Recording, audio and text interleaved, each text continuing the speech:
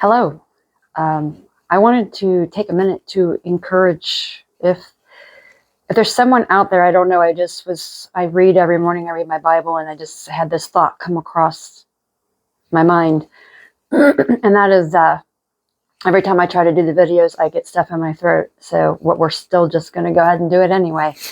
Um, uh, I was just thinking about the fact that I'm trying not to dwell on it, but I've had a lot of loss in my life of people in the last few years. And these people that I'm talking about, they died at they passed on at a very young age. And also knowing that a couple of people lost their children, which I don't, if I could take back anything for anyone, it would be that. I just feel like I don't even understand how they are able to cope with it, hopefully with God and finding peace that surpasses all understanding. I know He's able to give that to us, but that's something for me that's just, but I just feel like I came across this verse when my grandma passed away, like right around that time. And I wondered often since that was 2012 or maybe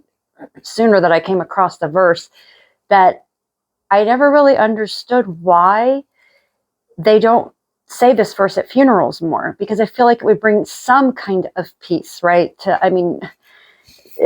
can you find peace in that kind of a situation? But I just feel like this is something that you could grab onto like I do. And that is Isaiah 57. And it basically is saying, to put in just clear terms, that it's Isaiah 57:1, and he's basically saying that like a righteous man perishes,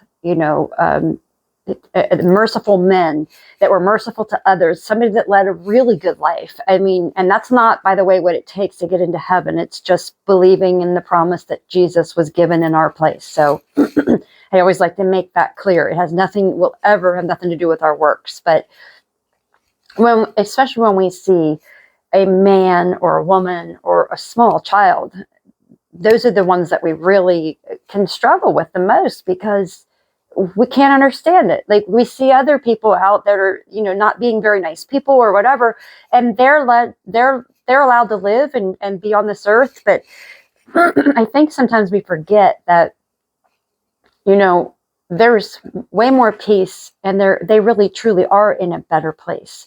They're not here anymore in this world where awful things can happen. That stuff's over with for them. So it's kind of more of a selfish thing on our part, like in a good, loving way, but if that even makes sense. But we don't often think about it, that we would love to pull them back to earth, right? But I bet you if we could see where they are now, that we would, if we had a glimpse of where they are, we would not go, okay, I want them to come back. Hopefully we'd make that choice. Like, no, let them stay there and I'll see them later. But Isaiah 57, it says, that the righteous man is taken, away in death, a merciful man to others. And this is the part that's huge, is that they're taken, no one really ever ponders or understands, they are taken away to be spared the evil from this world. The evil that, actually, it says the evil that is to come. The evil that is to come.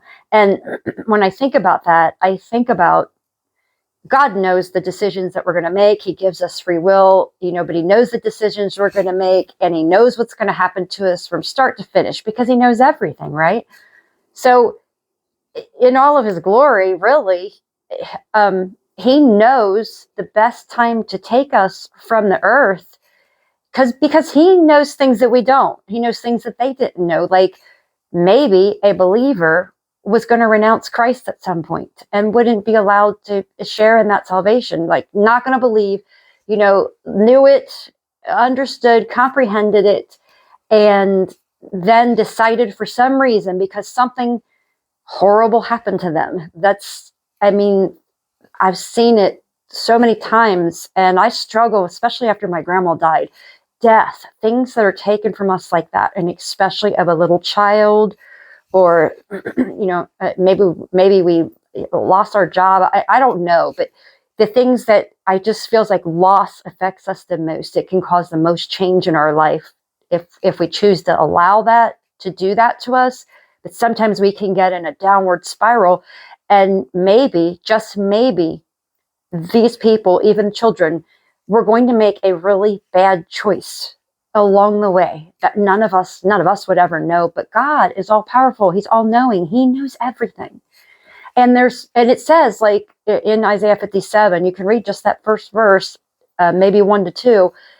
They're lying in peace. They're at peace. And man, that's awesome, just to have peace. Could you imagine? Sometimes we get peace.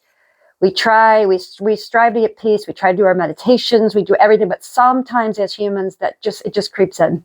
A little bit of fear, a little bit of, just despondency sometimes, maybe just downward. I mean, if you read the Psalms, you can see that David definitely had times of despair. Even though he was a believer, we still have it. So I would like to, I take comfort in that. And such. I just wanted to share that with you because I don't feel like that verse is shared enough. And you can pick up the Bible yourself and read it. NIV is kind of easier to understand. Sometimes I think now that I'm reading other versions, I like other versions better. The American Standard Version is the version that God gave to me when I said, which version should I read? But if you read it and really just let the words soak in. I read it first in the NIV, though. That's the New International Version. Easier to understand. But yeah, I just wanted to offer that. I know that is not even maybe going to scratch the surface of some pain that you may be feeling from someone that you lost. But if it could just help a little tiny bit, that's all I wanted to do. So I hope you have a great rest of your day and a peaceful, let us all have peace, Lord. Just give us peace and let us just be allowed to, we're allowed to, but help us to receive everything that you have for us, the life of abundance and peace, that peace that surpasses all understanding.